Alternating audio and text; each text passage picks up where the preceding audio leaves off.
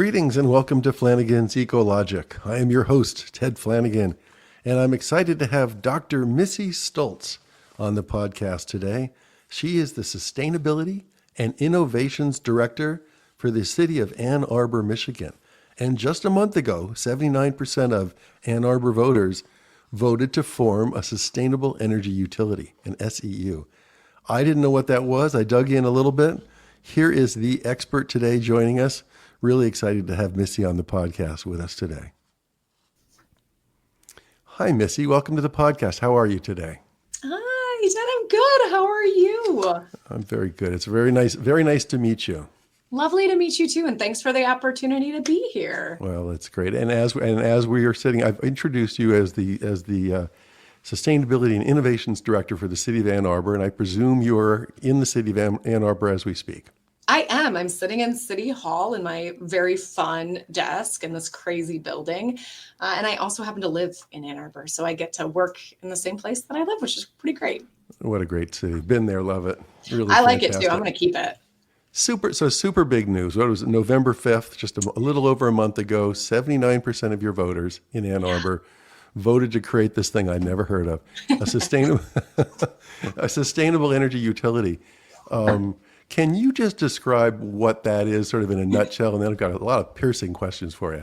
Yeah, you bet. So tagline, the Sustainable Energy Utility, or SEU, is an opt-in, fully optional, supplemental, community-owned energy utility that is authorized to provide electricity from renewable energy sources. So only renewable energy sources. Think local solar and battery storage systems installed on homes and businesses that participate in the SEU, or network geothermal systems to help handle space heating and cooling demand that we may have.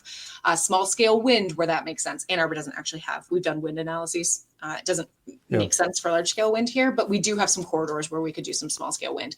So only authorized to do renewable energy. Supplemental, it is not a takeover of our existing grid. It is very much focused on generating clean, reliable, resilient local power now, helping us meet our goals of greater reliability and, of course, decarbonizing our electric system. Yep. Now, here, it's so exciting. I love the goals. Of course, I'm aligned with the goals, but now the mechanics of it. Here I am in California. We have lots of community. I think we have 24 community choice aggregators in the state. Of course, Absolutely. CCAs were formed in Massachusetts. Now I think they're in 20-something states.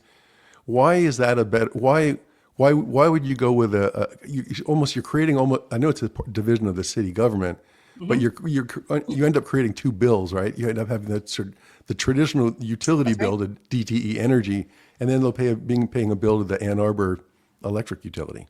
Yeah, you're right. So CCA was in fact one of the things in our carbon neutrality plan called A20 that we had and we continue to work on. In Michigan, CCAs are not legal, and our legislature is not going to pick them up. They've made that very clear. So as we were looking at how are we going to hit our goal is to be carbon neutral in a just and equitable way by 2030. And one of the sub goals is powering our electric system with 100% renewable energy. We knew CCAs would be a very powerful tool, but not just for us, for anyone across the state, right? That's why we like CCAs.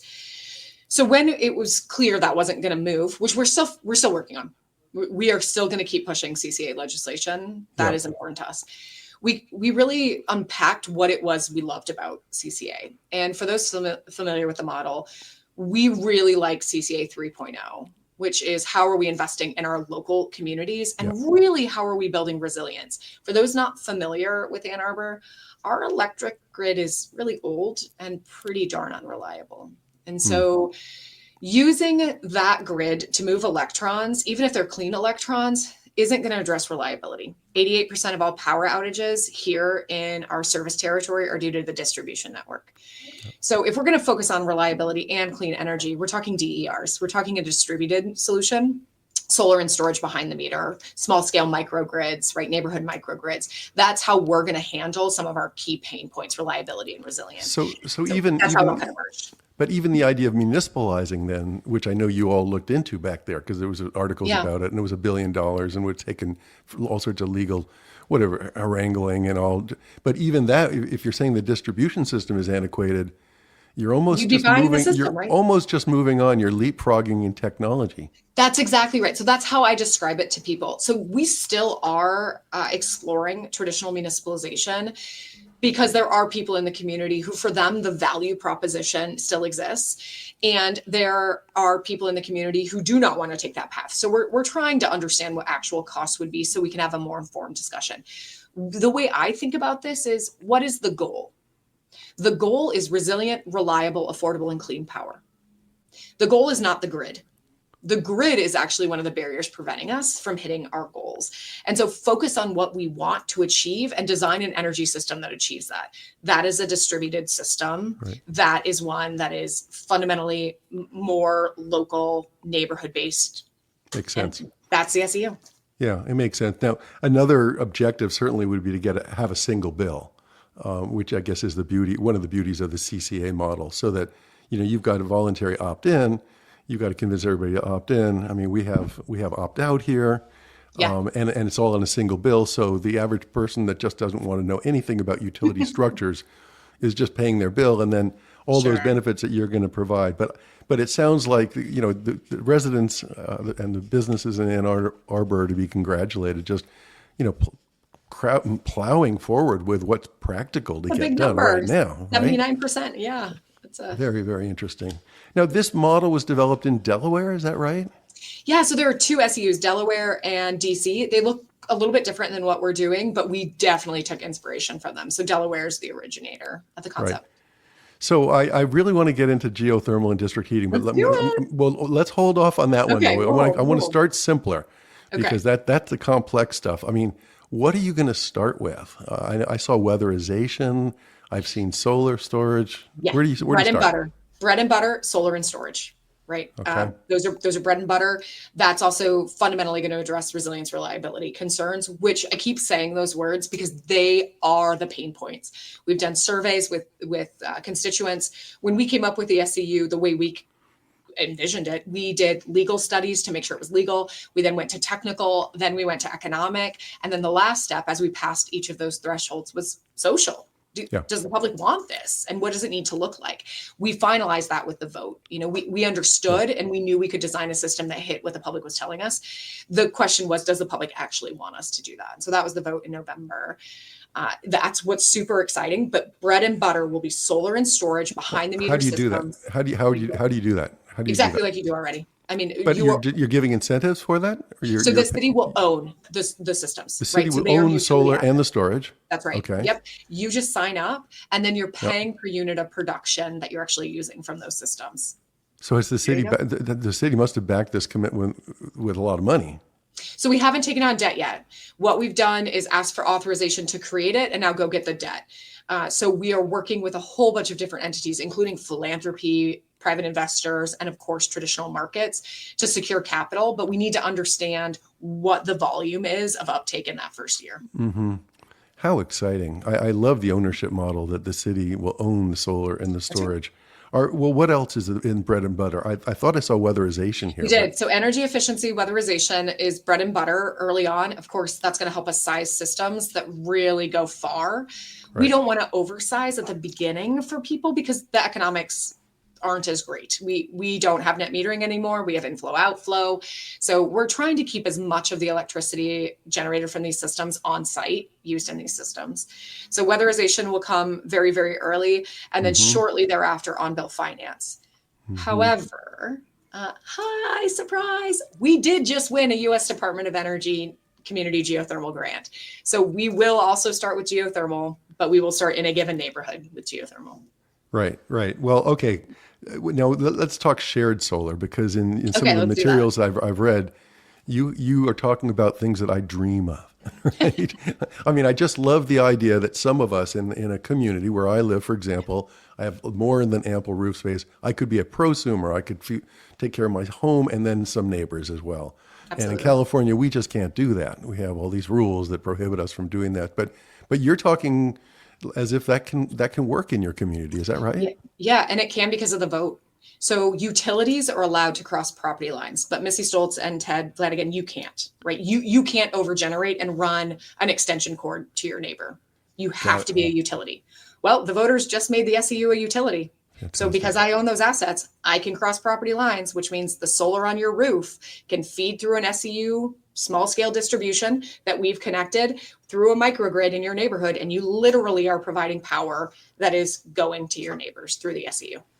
Wow, I'm impressed. That's super exciting. So you imagine a second set of lines cruising around these neighborhoods, or small scale lines, right? Do not think when we look outside and we look at the electric system, that's not what we're talking about. We're talking very small targeted distribution lines that go where we want to go. So 5, 10 houses, maybe 20 houses, if it's a tight area, connected through their own distribution system. Yep. I know we're bouncing around, but on-bill financing you mentioned. Yeah. I saw electrification measures as another one of your goals, decarbonizing through electrification of appliances. Is that what you're going to be financing? Is that the primary? Yeah, it's weatherization improvements and electrification improvements through on-bill finance.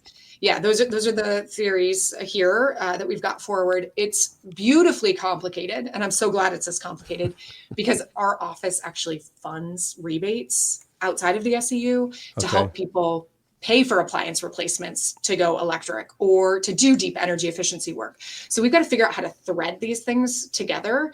That's why it won't be the first service offering that comes out, but it will be early in SEU service offerings. Yeah.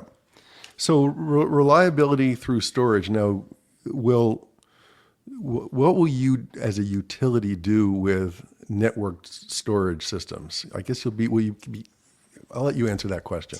Yeah, let me just preface and say, I am not an electrical engineer. I am energy curious and love this topic. So I can take it so far, but if we get really technical, I've got to pull in our team, which we have. We work with our electrical engineering school at the University of Michigan, and they're helping us actually design some of the power dynamics and the systems to help us regulate the networked storage systems, even the networked solar systems. We're trying not to push back to our centralized grid. We actually want to optimize how much stays on the SEU itself. So that requires a lot of load balancing, which all can be done. It's just you've got to have the right hardware and software and management structures. So we do have a small scale grant that we got from the state where we're going to test that particular element, the hardware, the software, kind of how all the systems pair together in about 20 homes.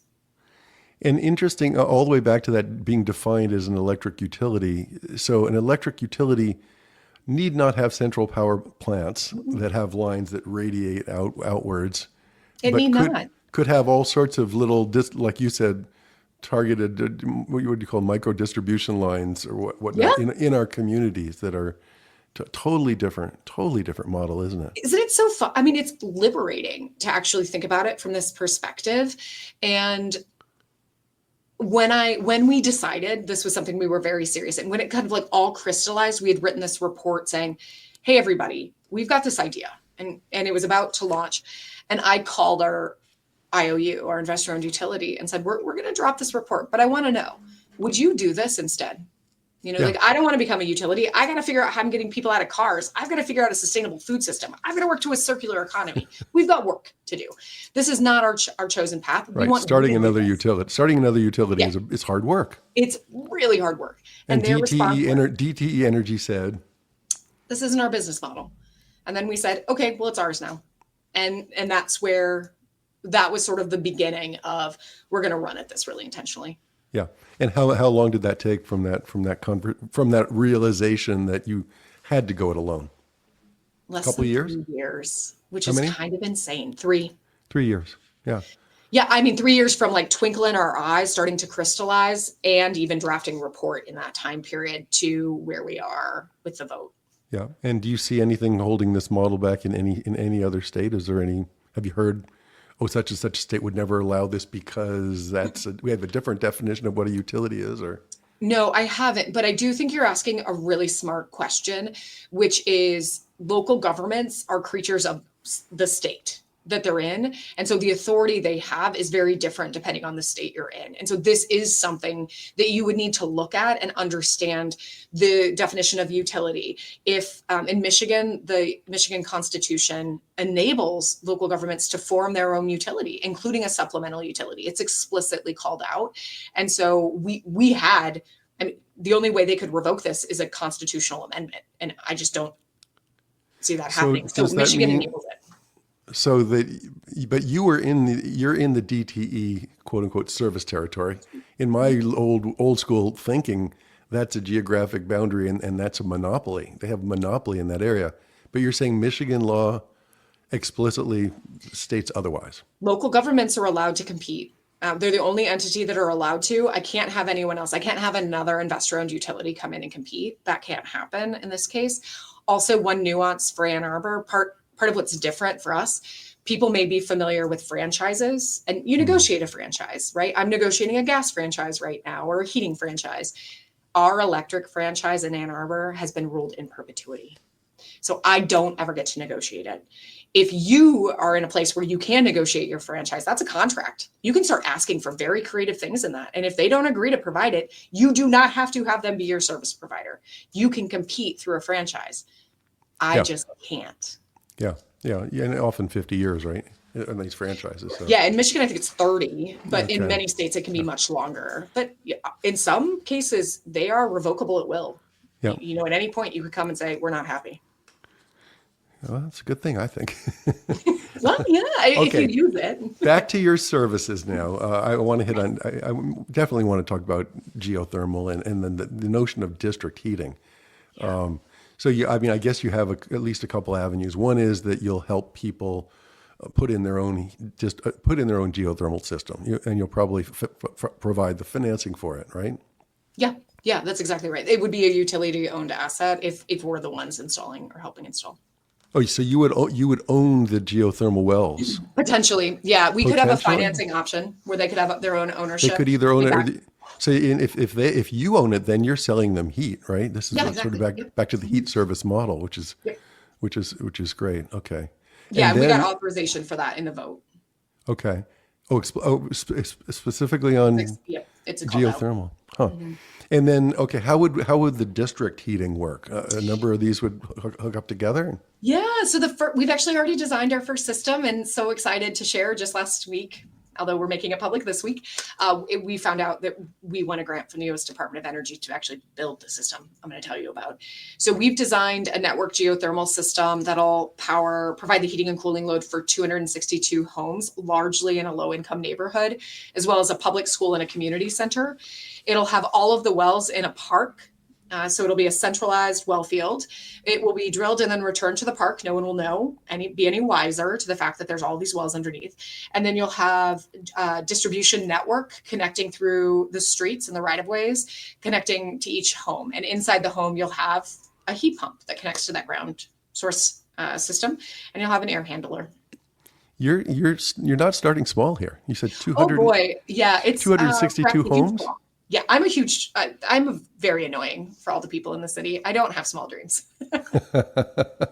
But this, again, not from me beating the same drum, but this would all be financed by the city.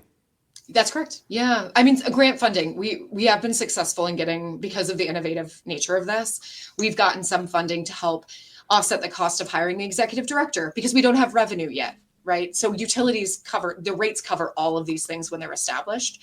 Right. We're not established, right? We don't have our bylaws. We don't have ratepayers yet. So we've been successful in securing some funding to help us really start the SEU. And then things will be self-covered by the ratepayers. We'll just have to take on some debt at the beginning and things will be paid back through rates.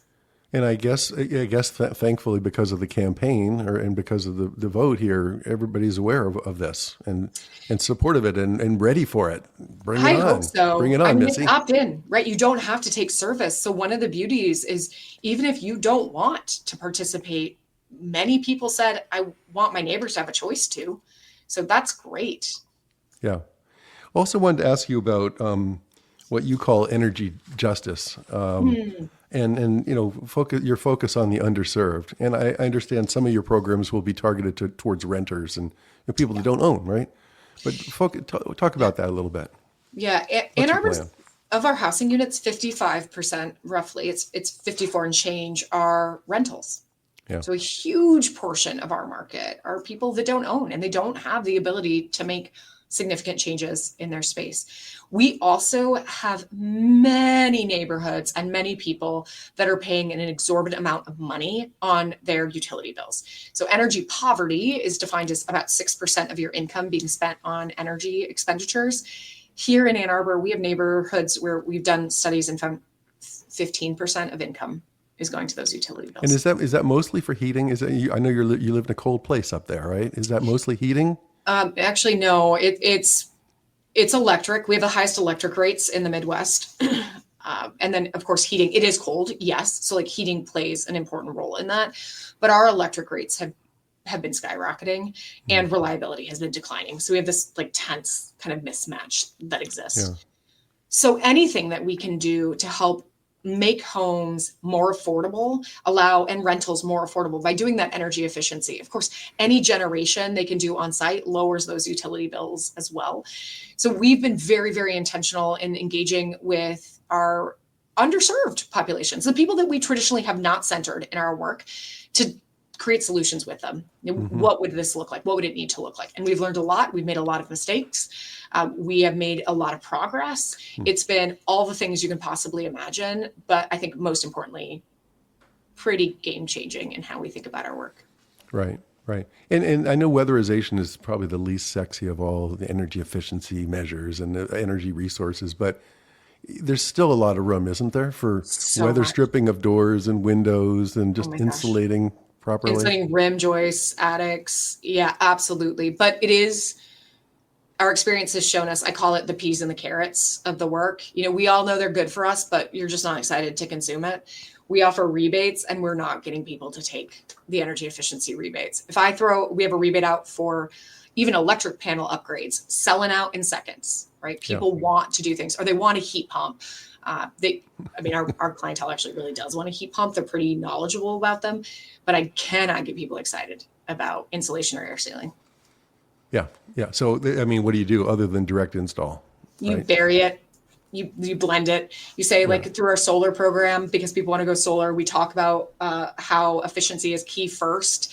And that'll help you lower your solar size, or you dangle. This is how you're going to get to a 95% match between your usage and the actual solar you're generating on site, is by doing this efficiency first, and you gamify it. We do lots of different things to try to make this really easy for people to make kind of the next logical choice. We have a home energy advisor that comes out and actually does a customized path to zero for free for homes, and connects them to funding, utility rebates, federal rebates, local rebates, state rebates, trying to make this as easy as possible for people to do the next best thing. That sounds fantastic. How big is Ann Arbor population wise? Yeah, it's just about 125,000. And then another program element I want to talk about was workforce training. Yes. You're taking some of those 125,000 and saying, hey, you can do this and be part of the workforce. We'll talk about that. Yeah, we largely work with our local trades and our community colleges. So our trades, local 252 IBEW, and then UA local 190, plumbers and pipe fitters, they are our partners in workforce development and helping us think about how we skill up, we reskill where we need to, how the city becomes kind of a backstop to say, it takes a lot of time and money to train people up. You want to know the jobs are there on the other end. So how we're helping create the demand for these jobs. So as people are coming out of kind of formal apprenticeship programs, they're employed. We've got them ready to go. We need that to hit our goals. And then we're working with our community colleges to get people really excited in these programs to make sure we've got EV service technicians, right? Yep. Folks who can handle the chargers and fix them for us. So we're trying to make sure we're building the workforce. We're late to that game, I think, as a country. We need to have all this labor. We need to be working on implementing now, and we don't have enough labor. But thank goodness we're at least trying to fix that delay we've had and kind of clear the bench. So not trying to be an expert in workforce, leaning into those who are, but making sure we're putting these good paying, family sustaining jobs in front of BIPOC and women and people who aren't traditionally in these industries, creating welcoming spaces for them to come in. Yeah, it's wonderful. You're hitting on all of the leverage points of sustainability. Okay, what's been the you keep at it. What's been the most challenging thing in forming this SEU? The last municipal utility that formed in Michigan formed in 1902. So we don't have a friend we can pick up the phone and call who understands kind of all of the machinations of what we're doing. So it is both very fun and very creative to sit in a room and say, okay, we need to figure out easements on roofs, and we've got to, and then at some point you get to question number 12 that you need to solve, and you're out of steam and you just want to call someone and like take their sample and run it through. Right. We don't really have that. So depending on the day, the thing that can be the most challenging is also the thing that's the most exciting, creating something new. I hear that. Yeah. You're going to be the best practice. Yeah. So I think that's probably. Let's talk about you we only have a few more minutes. So let's talk about you for a second. Everybody loves to hear about where people are from. Grew up where? Did you grow up in Maine? No, I actually grew up in northern Indiana. Okay, I'm way off. When you went to college in Maine, I did, yeah. And why did you go to college in Maine? I love Maine, but why did you go I love there? Maine too. My husband's from Maine. I wanted to be a marine biologist. You did, so I was going to study, and I did. I was lucky enough. I studied megafauna, so I studied whales. I went to one of the only schools at the time, there were 2 in the country, that had on-site marine rehabilitation centers. So I got to work with injured seals and dolphins as part of my training, and I loved it. How great. Yeah, how great. And now you're landlocked in Ann Arbor. Huh? I was landlocked in Indiana too. I probably was like, I'm out of here. I'm gone. Okay, but then you got your master's in Columbia, New York City. And then by then you're really focused on climate, I gather. Yeah, in my undergrad, I had an environmental ethics class, and my professor was fabulous, Dr. John Lamos, and the topic he picked was climate change. And so it was the changer. In that class in my junior year, I knew I wasn't going to become a marine biologist. I knew I was going to work on climate because it impacted the whales, impacted the ocean, it impacted the Midwest. Everyone was impacted. So that took me to Columbia, where they had just started the very first program in climate and society. Yeah. At that time, I'm old. At that time, there was not programs like there are today. You couldn't become a sustainability director. If you wanted to work on climate, you were a climate scientist running models, or there was this new suite of programming coming, and Columbia was pretty vanguard. So I was lucky enough to get into that. Was there a gap there, or did you go right on to your PhD, which was in Ann Arbor, in Michigan? Yeah, no, I worked for over a decade after getting my master's. I worked in New York City, got to work on the precursor to Plan YC, got to work a little bit internationally, loved it. It was great, but really found my footing in Boston at a nonprofit that worked with local governments around the world. And that's where I truly discovered I was a localist. This is where I don't think you realize we do have something in common. What do we have in common? Are you a Bostonian? No, I worked for ICLEI. You worked for ICLEI too? Yeah. 1991. So you were with Jeb. I was with Jeb Brugman and Phil Jessup, and we ran the urban CO2 reduction project in Europe and in North America. Amazing. But anyway, I don't want to talk about me. I want to talk about you. I want to talk about you. I want to know. No, we could do that. We could do that offline. But tell me, what was your job with ICLEI then? You were. Yeah, I started running programs in the Northeast and grew to become the U.S. climate director. So I oversaw our adaptation and mitigation programs. And just advising cities all over North America. Yeah, about 1,000 members at the time. Mm-hmm. Oh, isn't that fantastic? Great. Okay, so, boy, I think you've got a challenging job, but you seem like the perfect person for the job. The city's lucky to have you. So you're smiling. There's got to be stresses. How do you keep balance in your life? Oh, this is such a hard question. I don't have a job. I have a life purpose. So I'm really blessed that this is what I'm supposed to be doing. Like, there's no doubt in my mind. It fills my cup. Yep. I love this place and I love the people I work with. I would say the balance for me looks different than others. Every person needs to find their own way of kind of navigating the moment that we're in. I love surrounding myself with smart, passionate, dedicated people. And that's what fills me up. And I work with perhaps the best team in the country. Yeah. Isn't that great? Well, you've worked to that. And so your lesson for other, and especially younger professionals, is surround yourself with the right people, right? I mean, and make sure that your job is aligned with what you really care about in this world, right? If you can. I mean, that's a privilege too, to be able to take a job that may not pay as much as another job because you're okay and kind of navigating that space. But I would say find something that makes you feel full to the extent that you have that ability that really brings joy into your life, where you feel like you can have an impact. you're going to spend the majority of your waking hours doing this thing. Yeah. Hopefully it bring you joy and happiness. Yeah. Well, thanks so much for this interview, and thanks for this describing this SEU model. I'm totally excited about it, and looking forward to getting updates from you in the months to come. Thanks, you bet. Missy. Thanks so much for being on the podcast. Thanks for having me. That's it. Thanks for listening to Flanigan's Ecologic. We'll see you next time.